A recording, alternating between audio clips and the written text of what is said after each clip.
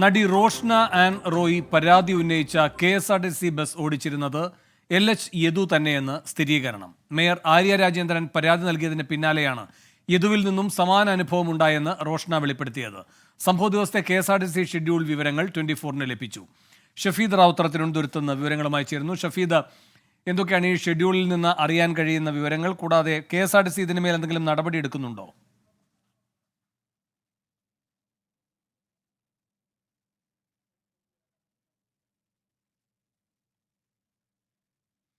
ഷഫീദ് റാവുത്തർ അല്പസമയത്തിനകം ഈ വാർത്തയുടെ വിശദാംശങ്ങളുമായി ചേരും.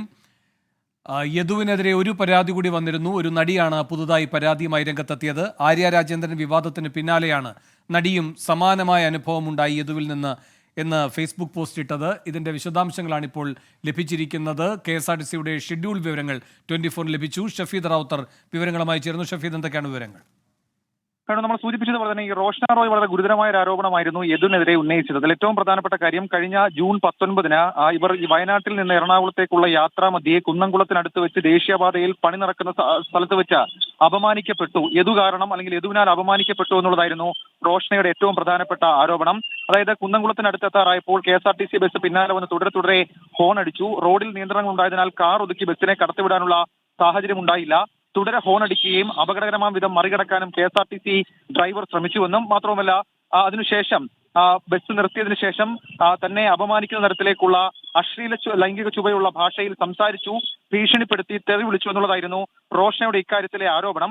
എന്നാൽ ഇന്നലെ ഈ ആരോപണം പൂർണ്ണമായും തള്ളിക്കൊണ്ട് യദു രംഗത്തെത്തുകയും ചെയ്തു. ഇതിന് പിന്നാലെയാണ് ഇക്കാര്യത്തിൽ നമ്മളൊരു അന്വേഷണം നടത്തിയത്. റോഷ്ന പറയുന്നത് പോലെ 2023 ജൂൺ 19-ാം തീയതി തിരുവനന്തപുരം വഴിക്കടവ് KSRTC ബസ് ഓടിച്ചത് യദു തന്നെയാണ് എന്ന് ഡിപ്പോയിലെ ഷെഡ്യൂൾ വിവരങ്ങളിൽ സ്ഥിരീകരിക്കാൻ കഴിയുന്നുണ്ട്.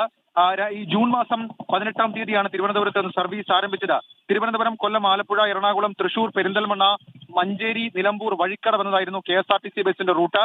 19-ാം തീയതി തിരികെ വഴിക്കടവിൽ നിന്നും തിരുവനന്തപുരത്തേക്കുള്ള യാത്ര തിരിക്കുകയും ചെയ്തു. അപ്പോൾ സ്വാഭാവികമായും റോഷ്ന പറയുന്ന കാര്യങ്ങളിൽ ചില കാര്യങ്ങൾ പൊരുത്തപ്പെടുന്നു എന്നുള്ളതാണ് ഏറ്റവും പ്രധാനപ്പെട്ട കാര്യം. പൂർണ്ണമായും യദു തള്ളുന്നത് പോലെയുള്ള കാര്യങ്ങൾ നടന്നിട്ടില്ല എന്നതുകൂടി നമുക്ക് ഇതിൽ നിന്ന് സ്ഥിരീകരിക്കാൻ കഴിയും. ഈ സംഭവത്തിൽ KSRTC ആഭ്യന്തരമായ ഒരു അന്വേഷണം ആരംഭിച്ചു എന്നുള്ള വിവരം കൂടി ഈ ഘട്ടത്തിൽ നമുക്ക് ലഭിക്കുന്നുണ്ട്. തമ്പാനൂർ യൂണിറ്റിലെ ഡിപ്പോയിലെ ഷെഡ്യൂൾ ചാർട്ടാണ് ഇപ്പോൾ നമുക്ക് ലഭിച്ചിരിക്കുന്നത്. ഇതിൽ കൃത്യമായി പറയുന്നുണ്ട്, റോഷ്ന ചിത്രങ്ങളടക്കം ഷെയർ ചെയ്ത RPE 492 എന്ന ബസ് ജൂൺ 18-ാം തീയതി തിരുവനന്തപുരത്ത് നിന്ന് എടുത്തത് LH യദുവാണ്. അദ്ദേഹത്തിന്റെ ഒപ്പടക്കമുള്ള കാര്യങ്ങൾ അതുമായി ബന്ധപ്പെട്ട ഷെഡ്യൂളിലുണ്ട്. കൃത്യമായി ഷെഡ്യൂളിൽ ആ വിവരങ്ങൾ രേഖപ്പെടുത്തിയിട്ടുമുണ്ട്.